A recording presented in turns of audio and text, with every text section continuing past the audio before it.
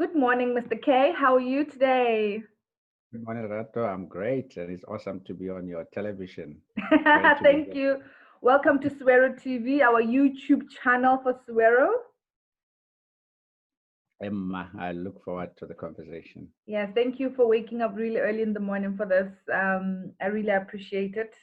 I know it's quite early for a lot of people, but that's the only time that we can do this when the internet is a lot more stable. But thank you so much. I appreciate it.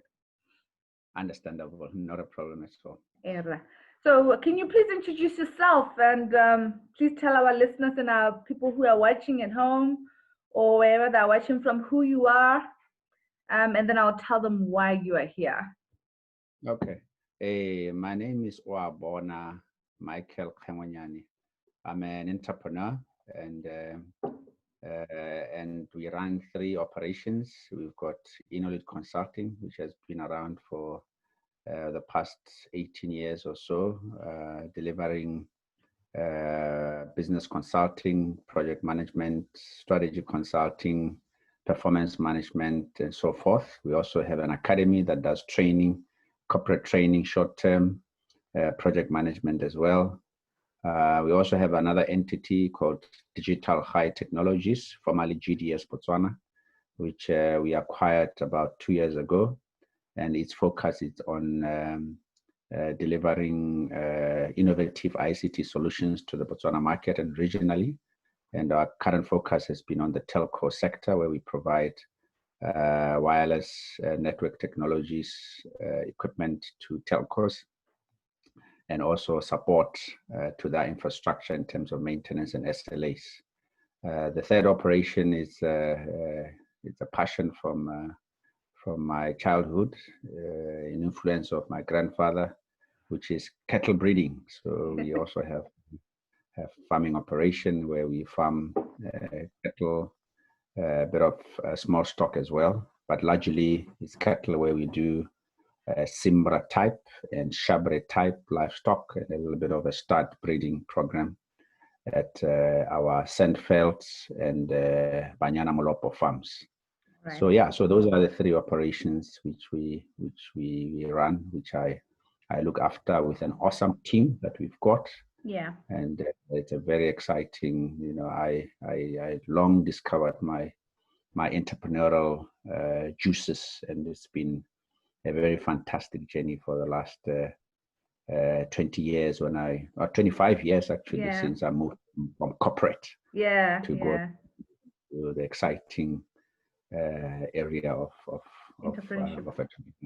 Yeah. All right. So did you actually discover it 20 years ago, the entrepreneurship? Yeah. Well, it's more than 20 years. How many years is it now? It's 1999 when I left corporate, when I used to work at Botswana, where I was for about 10 years before I left, and where it actually developed a lot of my foundational skills. As you may understand, working for a corporation like Botswana, there's a lot of learnings that you pick from there. Yeah. So I went as an engineer, right from junior engineer to manager level, and really it was a fantastic experience, particularly after being, my degree program was all sponsored by Botswana. So I have a very, very soft spot for my former company. Yeah. They build you from the scratch. Absolutely. Yeah. So it was there when I was operating there where I've actually found my calling as an entrepreneur, where I managed to discover what we call my unique abilities, or what people say your passion or your calling, leading me to negotiate and exit with Botswana to join the entrepreneurial space. So that's all what happened around the late 90s when I left Botswana to enter into the waters, the tricky waters of running businesses in Botswana. Very tricky. Very, very tricky. How's it been? How's the journey been? Thank God thank God you're my brother, so I can pick your brain around it. The entrepreneurship journey, it's tough, I'll tell you. So, but how has it been for you? Let's share that. How has it been for you? Do you regret any regrets? No, not at all. It's you look back and you can see that actually almost all the decisions were very timely. I Mm. think my time with Botswana was, as I said, very beneficial. Yeah. Uh, Learned a lot in terms of the basics of running or how corporates operate, because currently Mm. a lot of our clientele base is corporates. It's your blue chip organizations. We still do some work with Botswana. We do some work with Yeah. major companies in Botswana, parastatals, and even government. So, and I can relate to them. Clients sometimes, when you talk about improving performance, about how to navigate the waters of survival, to Mm. navigate competition, I've been at it on the other side. So, Mm. so we're in a better place to do it. But Yeah. going through entrepreneurship, Lerato, it's obviously it's tough. I mean, Yeah. don't underestimate. You need stamina. You need, Tell me about you it. need both. Yeah, you need both physical, Yeah. uh, emotional, and Mm. cognitive capabilities, because Mm. professional services it's an area where it's all about insights. It's about Mm. intelligence. It's about research and talent in terms of the team that we have. So I've Yeah. been very lucky to be able to put together what I believe is really the cream of it in terms of building Yeah. an excellent team around me. So when you build an excellent team, you create a family. We have a Mm. home, but at work, Mm. too, that you trust, that you play together. I'm a big fan of playing hard and working hard. So we make sure that we have fun at the same time at work, Yeah. because when you have fun, the juices of thinking and customer service and innovation come flowing. So Yeah. yeah, so I've really enjoyed it. It's been Yeah. obviously low moments. I mean, I've got to be realistic. There are low moments. In 2008, 2009, Mm. we were by the financial crisis, Mm. um, where obviously cash became an issue. Our clients, stopped some of the projects we're doing. Mm. Mm. Had to look at some scenarios and find out how we can survive. We managed to survive, Yeah. and now as the topic that we have today, we've been hit by A this recession, COVID-19. yeah, yes. Now that we can now introduce to the clients exactly, or the viewers, now what are we speaking about today? We're actually going to be speaking about how the recession is impacting the SME sector. And we're going to actually ask Mr. Khangwanyani on, we're just picking his brain on how he's managing this. And as he's also saying and mentioning that he has experienced it, the 0809 recession that happened then, it affected his business, and how he's going to share how he's actually managed to maneuver that, and now how is he maneuvering that now. So then we can get into that. Mr. K, thank you so much for that. Now let's touch on that. Um, how much do you think this recession will affect the SME sector? I mean, it's already affected it, but how far do you think it will go? But I don't know. According to my observation, I don't think the 0808 is as bad as this one. I don't know what you think, but let's deliberate on it. What is your comparison between the two, and how do you think it's going to affect the SME sector? No, absolutely. I think before you get into that, Lerato, let's talk about the entrepreneur, because Yeah, it's very important to define and make sure that we're speaking from the same book with regard to what we regard as an entrepreneur, yeah. because there are different types. Mm, And here, when I talk about entrepreneur, I'm talking about someone, the word entrepreneur in French it means venture. So we're talking mm, about people that venturing into new territory, that are starting something anew, something that adds value to society. yeah, So in any country, the more entrepreneurs we have, the better the society, because they yeah, are the innovators, they are the value creators. So the general asset value of a country is very much dependent. I mean, the greatest country in the world, in the US, the backbone is entrepreneurship. So mm, that's a classical example of it.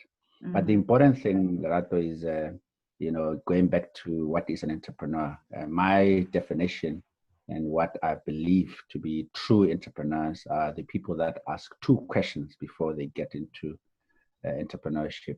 The first question is to have these two decisions. First, to ensure that you depend entirely on your own abilities for your own financial security. In other words, it's got to be driven by your own abilities. And it goes back to my story where whilst at Botswana, I managed to almost by accident find what my abilities, those unique abilities that just stay, that are with me, the things that when I do, I become free, I become energized, I excite clients. You got to find those stuff. Yeah, Yes, yeah. Who are you? First, that's a first decision that you got to make, because for you to enjoy the journey, you got to be within your space or within your flow, as they call it. The second decision is that is to expect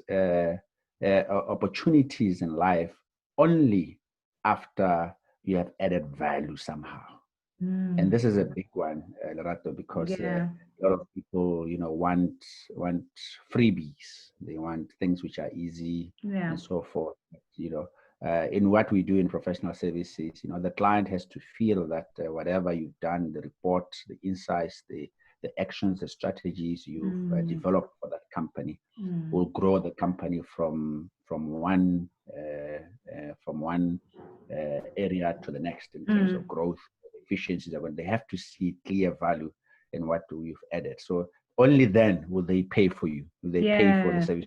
For the value, the value you're bringing. And also, the beauty about entrepreneurship based on those two decisions is that it makes you shouldn't be dependent on the bureaucratic system. In other words, there are a lot of people who are dependent on government. Who are dependent Tenderpreneurs. Yeah, absolutely. And also you have to break the sense of entitlement. So that's, I'm just trying to round up that truth, because largely that's the entrepreneur I'm talking to, because this is what the country needs, this is what the world needs, as someone who believes. And there are a lot of those in Botswana who have said, look, I will not depend on the system. Whatever I do, I will not blame government. I'm not going to blame my family. I'm going to rely on my own unique, because everybody got certain. You had a good example that you found what you. Being my sister, I know that you enjoy talking, you enjoy laughing. That's unique to you. And that's what you need to focus on, polish it up, practice, go to market, add value to people. Then it will pay you off over time. Then it's sustainable. You're also enjoying it. So I just thought I'll wrap that up in what I call entrepreneur. Thank you for that. Yeah, because you have people that are out there making money through banging on government to give them tenders. We call them tenderpreneurs. People that are just opportunistic, they're not really true entrepreneurs. So it's very important that we are not all entrepreneurs. There are people that are really bound to add true value to the economy by creating that unique value that people and customers are prepared to sign a check for. Without having to wink. That's extremely important. Now, in terms of the COVID-19 impact and the SMMEs and like I said, with regard to landscape and entrepreneurs, obviously this has been, I think, devastating is the good word. Just earlier this week there was talk about, like, in the UK, I think they say it is the West. Is the West recession that has hit them? I've been talking over 100 years. So clearly this is worse than 2008, 2009, or any other recession that we. So it really digs deep in terms of economies. Some of them would clearly be wiped out in terms of their businesses, in terms of customers. period. Obviously, lockdown does not help. Mm. So I think there is no question about the impact of SMMEs. The biggest thing now is how prepared are we as leaders in the SMME sector, entrepreneurs, to make sure that our businesses survive. And obviously, it impacts different businesses differently. There are those that have been differently. Yeah. I have to say, Lorato, I think government has played part. I think the fact so. that had wage subsidies. There's been encouragement for the banks to provide some holidays in terms of loans. With us, with professional services like us, and technology. I mean, digital high, we have to supply equipment. The supply chain processes have collapsed. I mean, it's very difficult to be able to get equipment from Singapore. Yeah. So it's been extremely difficult, and it's also very expensive. Where now we have to pay extra to be able to ship equipment, because there are only few players now, and they are pricing the shipping, very, very high prices, which is our business, obviously, a big challenge in terms of our operations. So I think different sectors have been hit, but in the end, there are those that are going to lose, there are those that are going to make it. Yeah, like Zoom. Apparently, Zoom has hit high records right now. Skype, they are laughing all the way to the bank. And some, as you know, the tourism sector has been decimated, with very little. So those that were, that had loans, that were sitting very dangerously on cash flow, it means this is going to be very, very, very difficult for them. So the big issue now is how do you prepare as an organization to make sure that we can be sustainable going forward. Yes, as a leader. Yeah, absolutely. Then what have you done yourself, for instance, to prepare for this, and how have you engaged your team, so that like you've actually been, and thank you for mentioning on the part that what is an entrepreneur and what is the role of an entrepreneur in society, and also what I was also hearing you is that don't depend on government system. An entrepreneur does not depend on the system for them to call themselves an entrepreneur. Therefore, that boils down to say, do not blame the recession. Get out of it. What can you do as an entrepreneur, as a leader now? Okay, I'm in recession. Start coming up with the ideas on how to get out of whatever that or opportunity within the recession as an entrepreneur. What is it? I heard you mentioning that earlier. Now, you as a leader of your group of companies, what have you done yourself on maneuvering this? Yeah, no, absolutely. And the biggest thing is, one of the lessons that we picked from 2008-9 recession was late response. So once this whole crisis emerged with China, and then slowly starting to hit Europe, it was clear that the game has changed, and we need to start applying our minds. So the first thing is to make sure that you involve your team. Yes. So we put together a COVID response team, which at first we thought we would meet weekly. Then we found that weekly was just too far apart. Yeah. So we been meeting twice a week and communicating with staff, because the biggest thing in this type of crisis is that staff, it's people. It's people's lives, it's people's well-being affected. About their future. So the first thing as a leader is to make sure that you provide that emotional and spiritual leadership to your teams. So it's the assurance, it's talking to staff, it's communicating, and that's the first thing that, as with my team, we made it a point that we keep, and we are very transparent about the situation. And I've always run my business on transparency basis. We create value in the market for a specific purpose. To do that, we've got targets in terms of financial targets. If we don't achieve them, the staff have to see that we haven't achieved them. If achieved, they have to see So currently we shared information in terms of initial information to say, this is what it means to us. Yeah. And this is what it means. If it goes on for a couple of months, this is the implications. So the biggest thing is to make sure that you talk to your staff. Yeah. You assure them, you give that emotional support. The mistake that a lot of companies or leaders do is that they focus too much on financial survival, expense of the business. making sure that in the area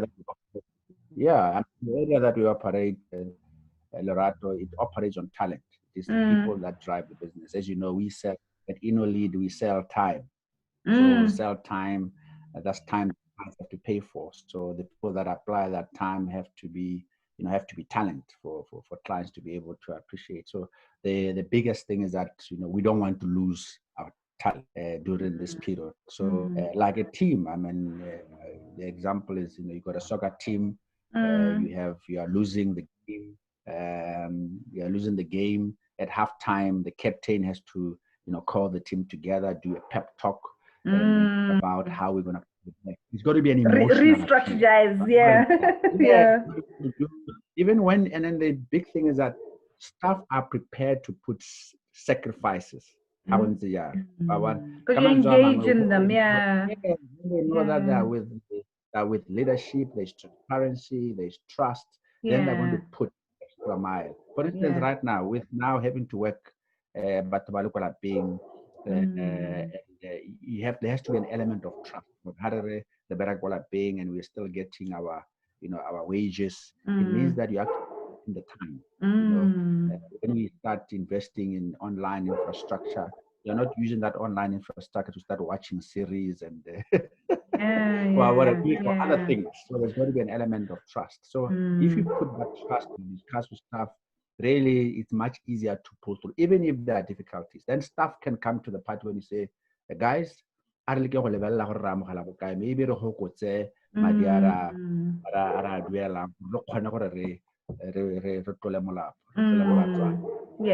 That's a very important factor that I like to appeal to leaders of SME. When you've got a team, when you're working with people, and it's not just your team, it's also your customers. Yeah. When customers are in difficult times, that's the time that you got to give them attention. During good times. So you call them. You're not calling them for, obviously you're calling them, how can you help? Yeah. You also call them just to assure them, to share the story. So these are tough times. Sometimes people just want to chat about the difficult situation they are, difficult line. The many meetings we have on Teams, on Zoom at home, which are also is the new normal. So we have to really prepare for that. But I have to say, the biggest advice is that please make sure that you develop your scenarios or your plans to be able to navigate through. And that's what we've been doing. We developed some scenarios. Scenarios means that you say, what's the worst thing that can happen? And you actually define that worst case scenario as an organization. And you become very honest to your staff for it. If this happens, this is the difficult decisions we have to make. These are the implications. Yeah. You might even have a midline scenario. You might even have a best case scenario. A best case scenario whereby you are able to survive, still intact, and so forth. And then you even have scenarios where you say, what opportunities can emanate from that, and how can we leverage those opportunities in terms of, like you said, new product, new services, how you can and so forth. So it's important that you do your scenario planning. Based on the scenarios, then you develop detailed plans to say, if this happens, then we can invoke these actions, these strategies. Then you see, it lessens the level of confusion. It makes the communicating straight, and also you are able to leverage the opportunities brought about by COVID-19 crisis. And even come out better. There are companies, there are entrepreneurs that are going to come out of this better than they were before in terms of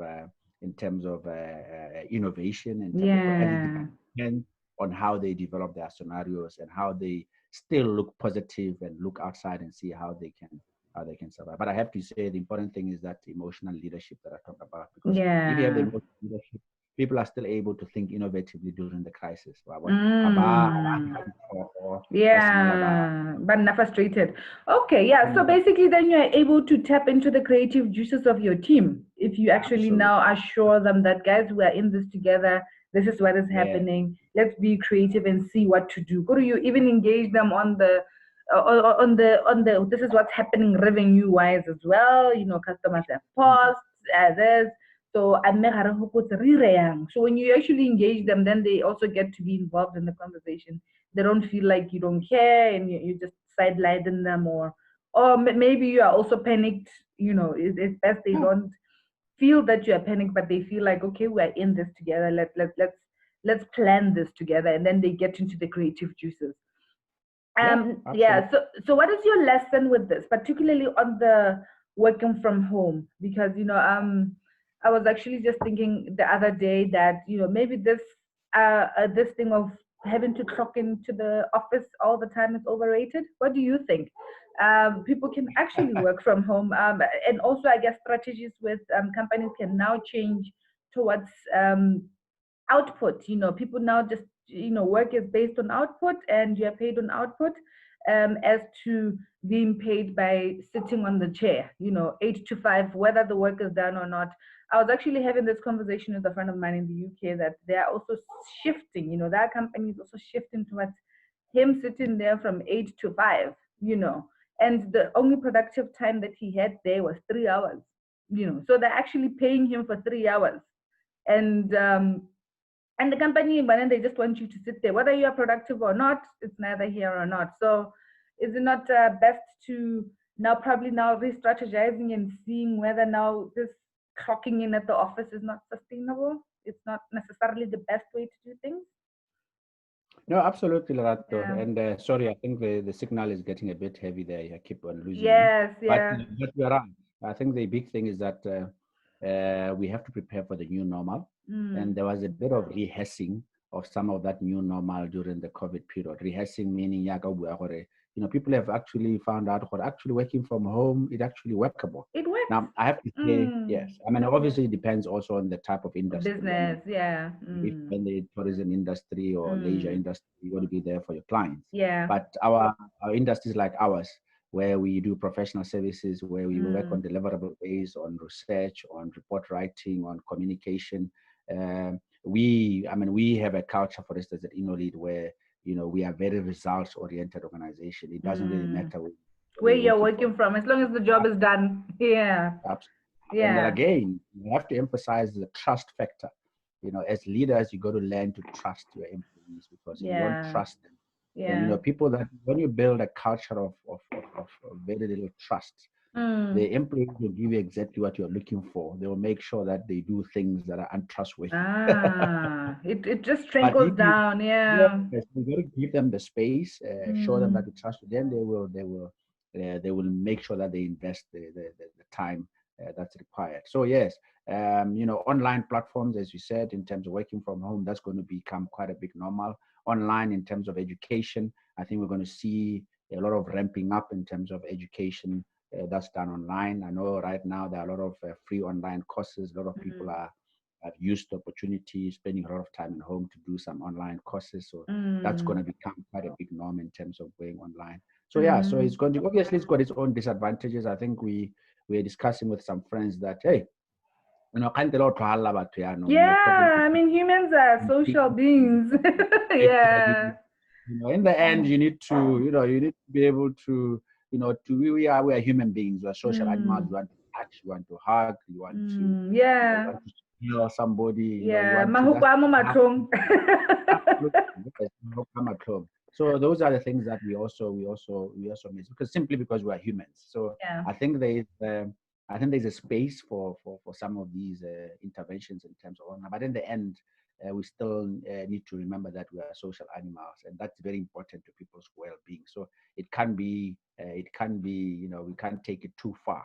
We've got to make sure that Mm. there's a balance. But I think by and large, a new normal is going to involve a lot of people working from home, using a lot of online platforms, and we got to prepare ourselves for that. And it's efficient, because when people work from home, it's going to conserve cash because you're going to use less electricity at work and even less wastage and things like that. So it's Mm. going to add to Printing the papers. Yeah. absolutely. And also it motivates employees. Look at employees, if they're going to work more time at home, spend time with their family, Mm. it's going to contribute to that level of happiness and well-being. Yep. Why not? Why not? Yep. What we want, happy employees are very productive employees. That's very true. The balance then it's actually then it's there, then you actually have the balance of family and work at the same time. Because not the only time I can work is now, probably for the next 30 minutes. Then the kids are Yeah. awake, then then they sleep in the afternoon, then I get to work, I spend time with them. Then you feel fulfilled. That fulfillment of spending time with family, doing cooking with them, whatever, then you feel fulfilled, then you get to be more productive because you become happier. Yeah. Absolutely. I guess the Absolutely. ripple effect of it, it's also Mm, good mm. on that. Yeah, all right. No, thank you so much for that. It's actually very important information that you're sharing. Let's talk about the opportunities that you think could be available. Different opportunities, obviously, for different companies, but if you were just going to look at it from a satellite view, what do you think opportunities will be there during this recession? What are the available opportunities for entrepreneurs or for Yeah. SMEs, yeah, to tap into or yeah. Yeah. I think it's important to first dissect the market, and Mm, as an organization, like I said, every organization needs to have a level of innovation office. You got to mm, have, one of the things in the past 20 years that we've done strategies and assess companies, you find that companies in Botswana don't spend enough time on innovation. new products, on Mm, innovation, on creativity, or new mm, ideas. mm, Now, during a crisis like this, it's important that you not only manage the crisis, but you mm. spend time reimagining the future and the new normal. And Yes. reimagining, as an example, means looking at the industries and saying, how does the future look like in the next short to medium term in terms of, like you said, new areas. Obviously, they are, as you said earlier, they're losers. Tourism is going to find life very difficult. The resource sector and mining is going to find it very difficult. Mm, The luxury type markets in terms of automobile market, in terms of vehicles, yeah. jewelry. I know that the diamond industry is going to be hit very badly because Yeah. nobody's going to be spending on luxury. Prioritizing buying that. Yeah. Because it's going to be about priority right now. Yes, yes. Mm, So you got to look at the those that are winners. They're going to be winners. Those are going to be losers. Categorize them. And when you say these are the ones that are going to be winners, such as technology, obviously technology is going to, like you said, with Zoom, with Skype, with Teams, with all these products. It means that our bandwidth the capabilities need to be strong. yeah. Got enough Yeah. capacity within our networks to be able to accommodate all these tools. So it's going to be, we anticipate that in the next year or two, there will be obviously a lot of opportunities in the technology sector. Yeah. Whether you're talking about Absolutely. online Mm, applications, new applications, mm, health sector for obvious reasons in terms of manufacturing, in terms of mm. services, in terms there's going to be a lot of focus on that. In Botswana specifically, I think one of the things that is must be a very big lesson, Lerato, is some of the, COVID-19 has made countries to look very inwardly.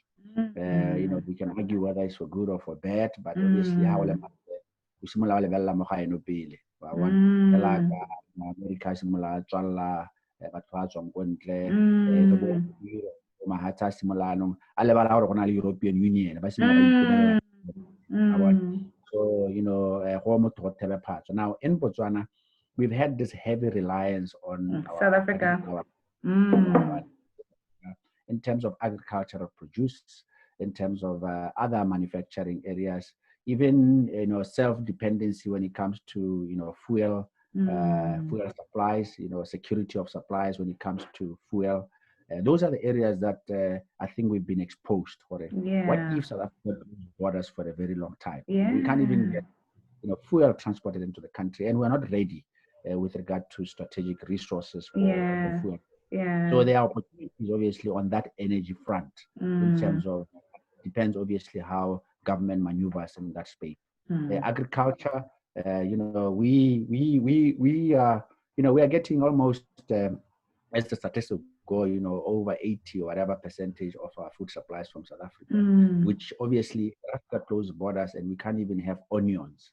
We can't have, Kind of basic tomatoes, foods. yeah, just basics, yeah. So I mean, even milk, even milk, that we're going to have shortage of milk. So I think these are examples where hopefully our policy framers will be able to look at that and see how we can promote in a more accelerated fashion self-sufficiency in these areas, Yeah. because it's food security and it's security of the economy when you can be able to have some level of assurance for it. We have fuel supplies for these number of years in Botswana, not having to depend on our partners for that. So the big thing in terms of opportunities is to obviously look at those areas and be able to yeah. be able to find ways of exploiting those areas for your future of your business. Yeah. So those are the things that business have to do, because right now they are focusing on crisis management, a lot of them, which is good, but you can't just focus on crisis management. You also have to look at reimagining the future, or what are those opportunities, and look at the market opportunities in terms of the winners and losers, and say, if these are the winners, what is there for us as a business in terms of exploiting those opportunities? Yeah. Okay. No, absolutely. Thank you. So that actually, what you're actually saying is that it's about time Botswana start thinking outside the box and actually start being creative and being self-sustainable. That's it. And tap on what we can be creative on and stop being dependent too much on South Africa. Basically, that's in a nutshell. This is what you're saying. It's important that absolutely. And accepting reality. Part of being an entrepreneur is that you face reality. If your business is really in trouble, in other words, there's a risk that you might be wiped out. Face the reality. Maybe then you have to change diversify. Do these scenarios, look at opportunities, and start and look at new areas and accept the reality. That's what an entrepreneur does.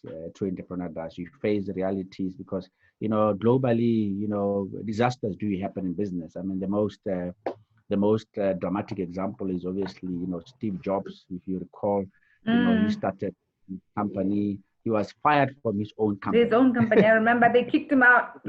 Yet he went and had to start afresh. And then later on, obviously, he came back. But, it was not without his trauma and so forth. So these things do happen to everyone. And we need to make sure that we are able to mitigate or able to ascertain in terms of those opportunities that come with the new normal. Yeah. All right. Okay. Thank you for that. Our interview is coming to an end. I would like to say we really appreciate you for this. I think our next interview, we will have version 2 of this.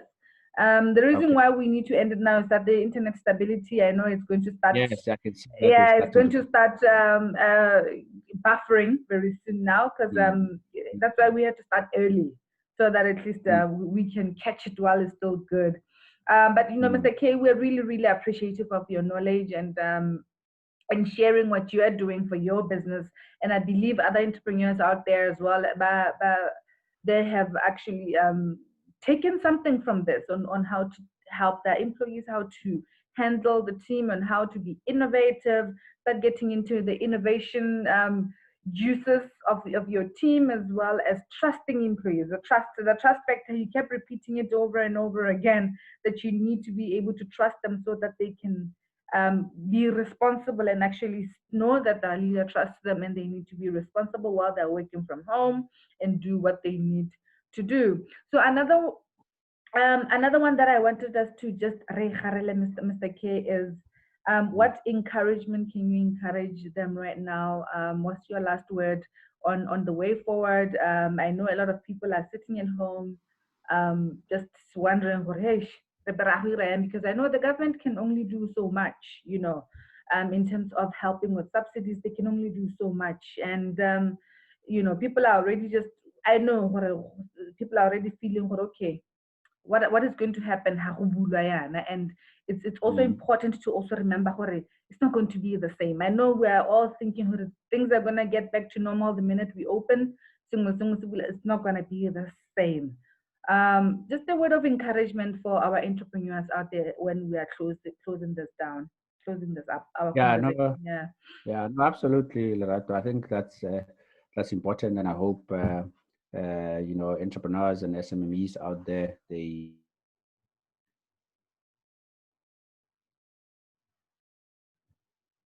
Oh can no. just Yeah. re-emphasize what I said earlier. One thing about an entrepreneur is that you got to face your reality, Yeah. and face it meaning that these type of events or crisis, they happen and they'll Yeah. happen again. Yeah. Yeah. They'll happen It again. seems like there's a So even if cycle. It keeps happening. absolutely, we The talk about recessions keep scenarios. happening. Yeah. Yeah, and it's important to know that when you develop scenarios, I mean, a tool like a scenario plan that I talked to you earlier about, it's a tool that does not only get leveraged or used during crisis time. You've got Mm. to be able to do scenario planning even during peace times, because what it does, Just in it case. still unpacks opportunities and it Yeah. still drives innovation in your business to see what Yeah. opportunities are there. So I Mm. think sometimes we become the victims of our own success, where we think everything is going to be goody goody. Yeah. That's Yeah. not what reality is. So the big lesson from here is that obviously apply your crisis management, look at your cash flows, look at your customers, uh, Mm. attention, particularly the leaders, because at this time it is the leaders, it is the CEOs, it is the MDs, it is the owners of the business that have Mm. to be there for their staff, because Yeah. they are going through emotional trauma at this point in Mm. time. It's important Mm. that you provide that shoulder of support and assurance. So that's Yeah. the important thing. But in parallel, look at reimagining the future and don't just do it now, even after recovery. Yeah. Let's say, for argument's sake, next year, this time we're full bore again, back in business. Yeah. Still do those scenarios, because, Botswana, Africa, the Mm. world still is still really thirsty for our innovation standard. Mm. That is why Africa is making very little contribution to the innovation system of the world. Is because we don't spend enough time on with new ideas, bring up new IPs in terms Yeah. of property, Mm. and contributing to the world. And Yeah. it doesn't come automatically. You got to create time. You got to use Mm. tools to do that. And my appeal is that right now, people are talking about, how can we leverage this COVID-19? Mm. I say, yes, that's a good thing, but don't stop. Don't stop being, But don't stop. taking Yeah, leverage, being innovative, and yeah, yeah, because yeah. I can tell you now, they're going to do this now. But when things go back to normal, we're going to throw We're everything gonna away. relax. Yes, when the cash flow is back and everything is honky dory, these things happen again. But also Yeah. importantly, you can still grow your revenues during good times by applying scenarios, because the Yeah. world the things are uncertain. Technology is moving, Mm. globalization, and we know that we're not just looking at the Botswana market. We have to look at the global market, because Mm. world is one of It's the evolving. big. Yeah. Mm. I mean, COVID became so dangerous because the world is so close together. We're so wired. Mm. The boundaries. Yeah. That's why it affected everyone. That's why Yeah. it's so key. And Yeah. but in that being networked together, there also sits opportunities. You see, Yeah. when you develop a new product, don't look at Botswana. Look at the region. Look at the 200 million people in Africa. Look at the over 1 billion people in Yeah. Africa. There's a whole market waiting out there. Yeah. The chain is there to be able to take your product from here to Czechoslovakia, to take your Mm. product to Russia. And that's how we should really look at the new world. And I think in terms of Botswana, we are talking Vision 2036 and the benefits and all that.